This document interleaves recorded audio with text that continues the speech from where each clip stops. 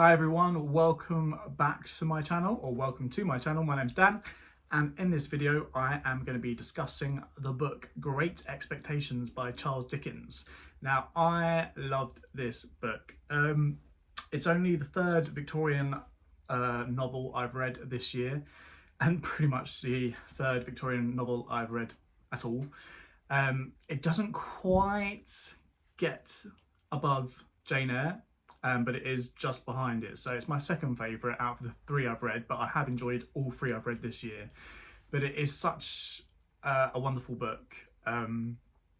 So Great Expectations is all about Pip, and it's in the first narrative of Pip. You see him as a young child. He's kind of from a working class family, although he is an orphan but living with his elder sister and her husband.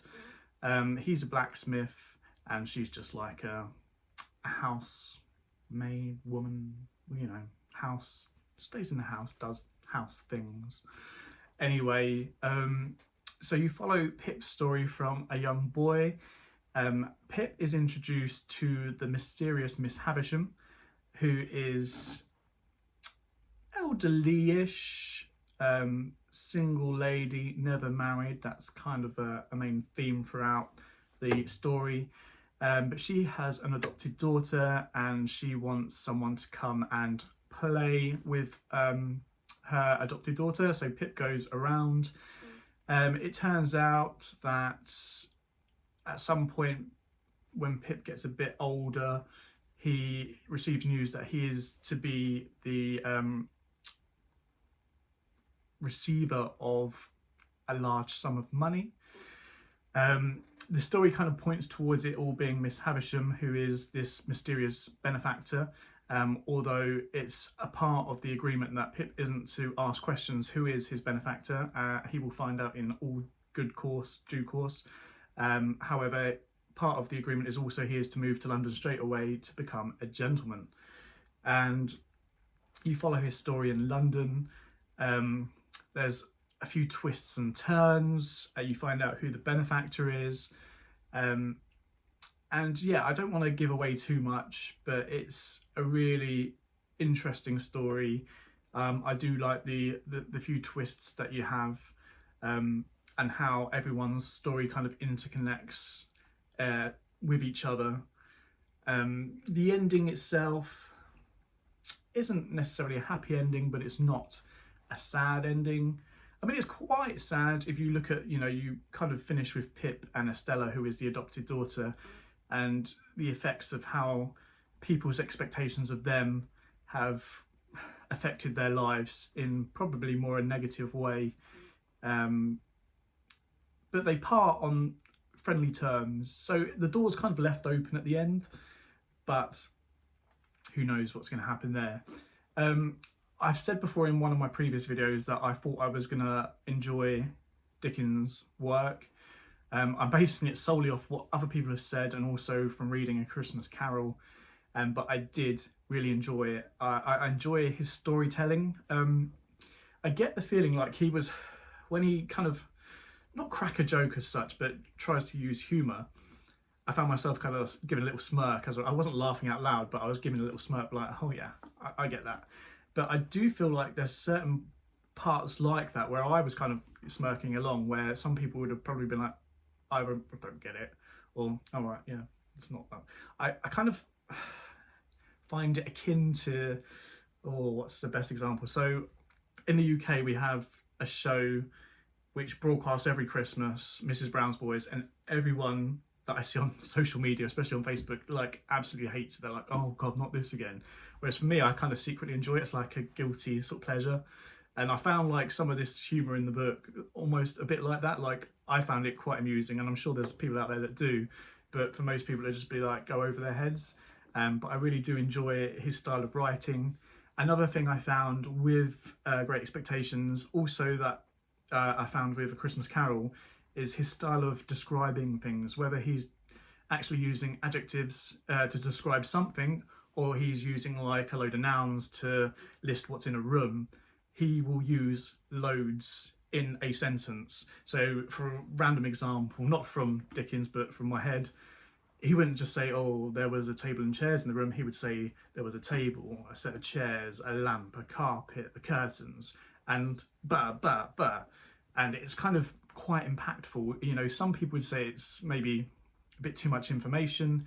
It's the complete opposite to some writers who are very simplistic, but I quite enjoy it. And an example I have from the book, it's not the best example, but it's just the one that I first marked out, is when Pip first goes to London and he's walking into his accommodation at Bernard's Inn. I thought the windows of the sets of chambers into which these houses were divided were in every stage of dilapidated, blinding curtain, crippled flower pot, cracked glass, dusty decay, and miserable makeshift, while to let glared at me from empty rooms as if no new wretches ever came there, and the vengeance of the soul of Barnard were being slowly appeased by the gradual suicide of the present occupants and their unholy interment under the gravel. I mean, even without like all the describing words, just the way it's described is, you know, it's dark, it's kind of mystery. It's, yeah, I do like the way Dickens has wrote this. I'm not expecting every Dickens novel to be the same, but I'm hoping, you know, the style is very similar, you know, because if it is, I'll get along with pretty much most of his works. I know Great Expectations is a favourite of a lot of people, so I'm kind of not trying to have great expectations myself of the other novels. I've got a few on my TBR already in possession, so I've got Dombey and Son, Our Mutual Friend, Bleak House as well. At some point I'll get to those, it's going to be next year now. I also really like the characters from Dickens as well. I would say probably one of my least favourite characters is Pip himself, although Pip does go on a journey. A lot of people, especially like Pip and Estella, they seem to go on this roundabout journey coming back to the start.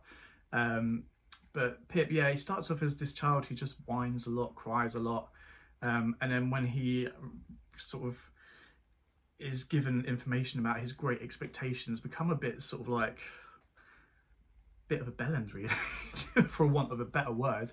You know, he kind of forgets all about the people that raised him. He forgets about, you know, I mean, his sister was a bit nasty to him, but her husband Joe was almost like a father to him. He was really sweet. I love the character of Joe, but he kind of forgets all about Joe, kind of avoids them, and, you know, he's so set on being a gentleman. You know, he doesn't like who he was growing up as a child. He wants to be better than that, and it's a great story in terms of, you know, I think everyone in life wants something better, but it's a case of to what extreme or to what extent do we want something better.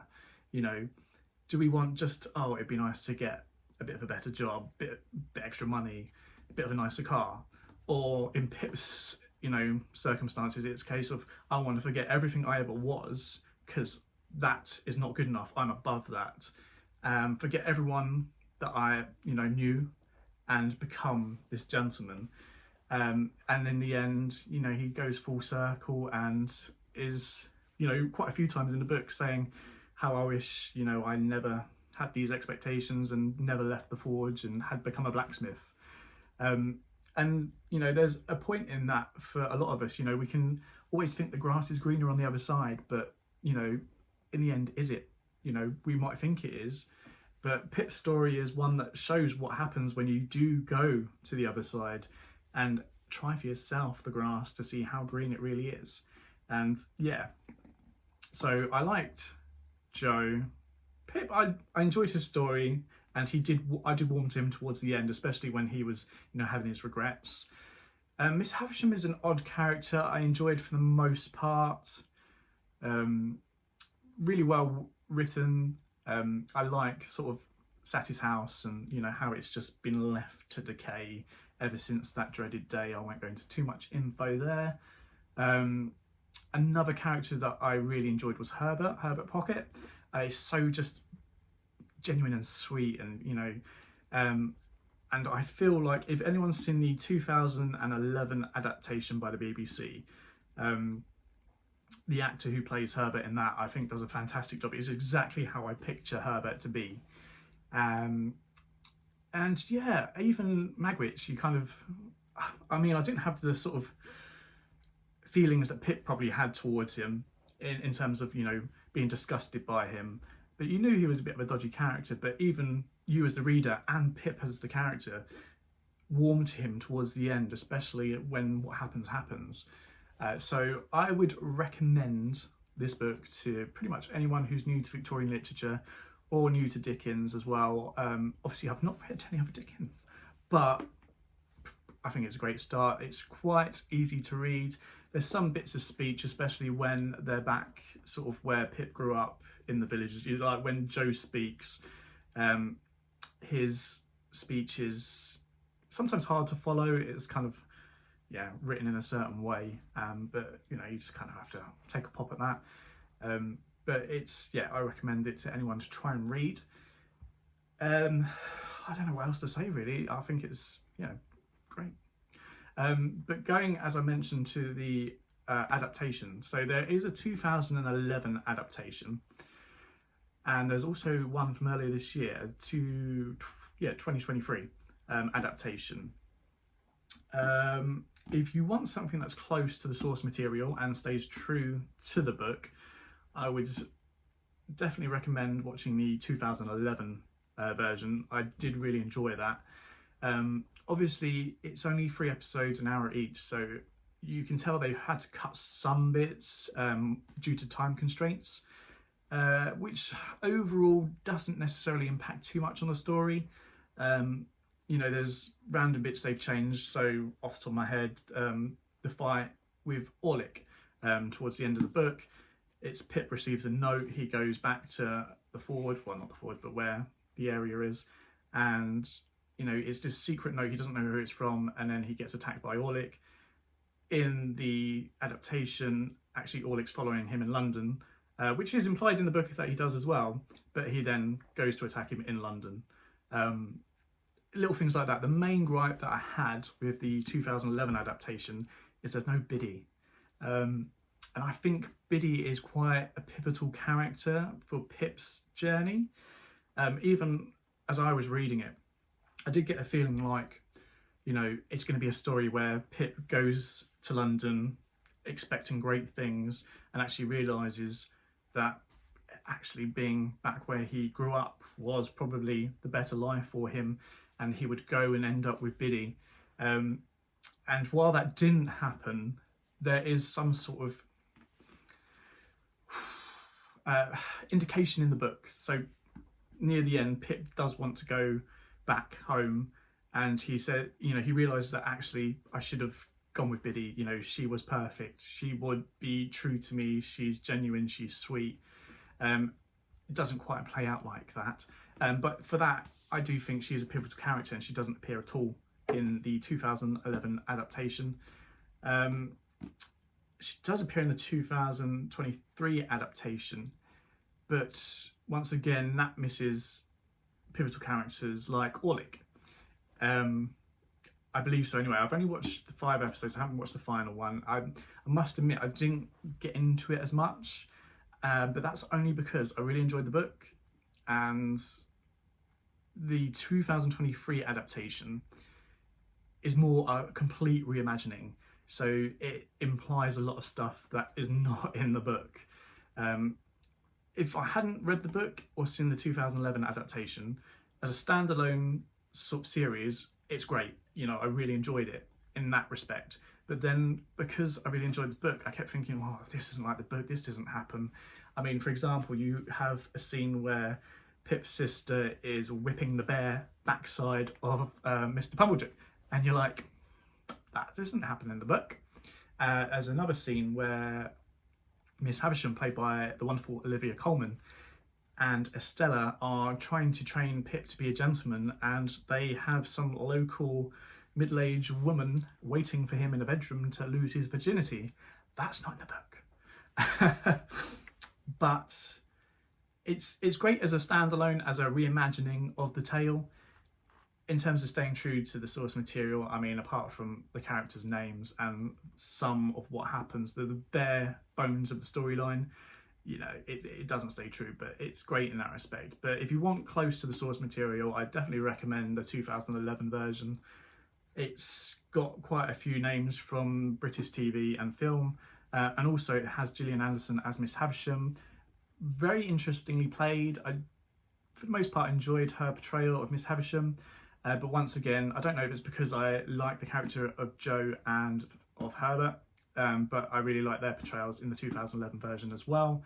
And even Pip, I did quite enjoy it. He really managed to, I think it's Douglas Booth, managed to kind of portray how I felt about Pip, you know, a bit of annoying at the beginning, bit of an attitude in the middle, and remorseful and regretful towards the end.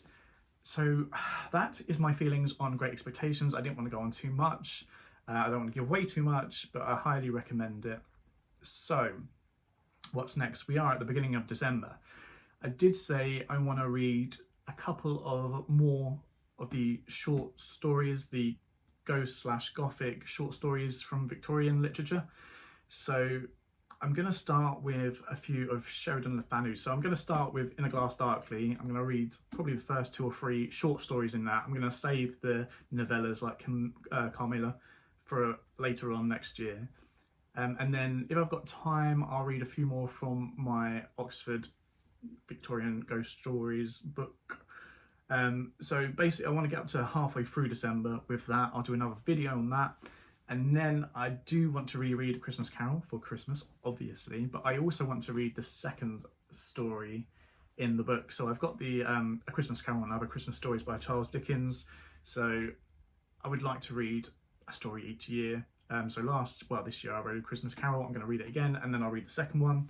And then at the end of the year, I will do my TBR for 2024. It's going to be a realistic TBR. It's not going to be, 20 books that I'm going to try and read because, I have a life, I work full time, and I'll also be starting uni again at some point next year.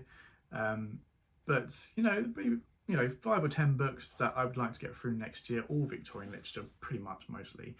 Anyway, that's my thoughts on Great Expectations. I hope you enjoyed. Let me know if you've read the book, what you think of it down below. And if you've got any recommendations on other Dickens books, what's your favourite Dickens book? What should I read next year in terms of Dickens? What do you suggest? But in the meantime, thanks for watching.